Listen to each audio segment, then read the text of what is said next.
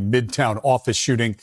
Glass windows shattered by bullets were removed from the scene at the Park Avenue office building. This, as a memorial nearby continues to grow.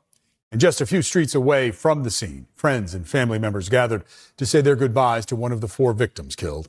News 4's Chris Glorioso is live in the Parkchester section of the Bronx, where funeral plans are in place for the NYPD officer killed. Chris? And law enforcement sources are now beginning to fill out the picture a little bit more of this mass shooter's mental health status. They tell us that a search warrant from Nevada has shown up a prescription bottle in his home that was for an antipsychotic medication. They say they also found a second suicide note that included an apology to his parents. And all this, as you say, as the close-knit Bengali community here in the Bronx prepares to memorialize Officer Diderol Islam tomorrow. Tonight, worshippers who knew and loved NYPD Officer Islam have some new answers about how a mass shooter obtained the assault rifle used to kill 4 innocent New Yorkers inside a Park Avenue office tower, despite his mental health problems. They know this person have a mental issue. He cannot have a gun with him when have a mental issue. It's like simple. Law enforcement sources now say the shooter, 27-year-old Shane Tamura, bought that assault rifle in a private transaction with one of his former casino co-workers. That private seller said to be cooperating with investigators in Nevada. The legality of the transaction under review. You should not be able to walk into a store anywhere in America and buy a weapon that was designed to kill enemies on a battlefield.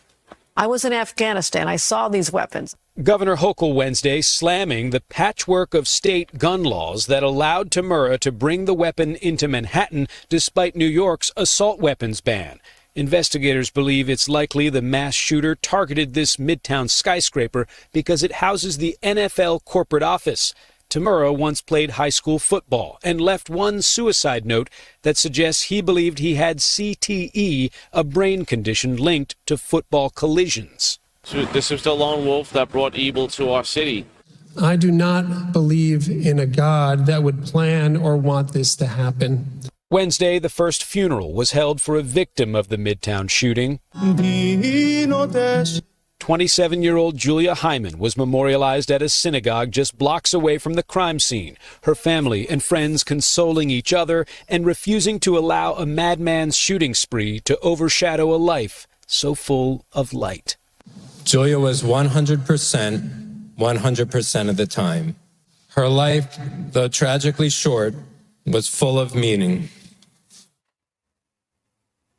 Tonight, we continue to await autopsy results on the shooter. Those could tell us whether he indeed suffered from CTE.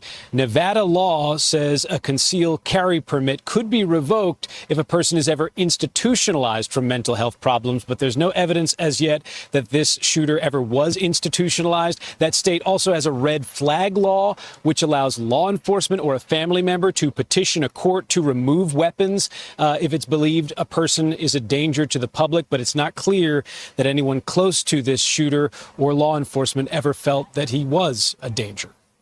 Reporting from Parkchester in the Bronx, Chris Glorioso, News 4 New York.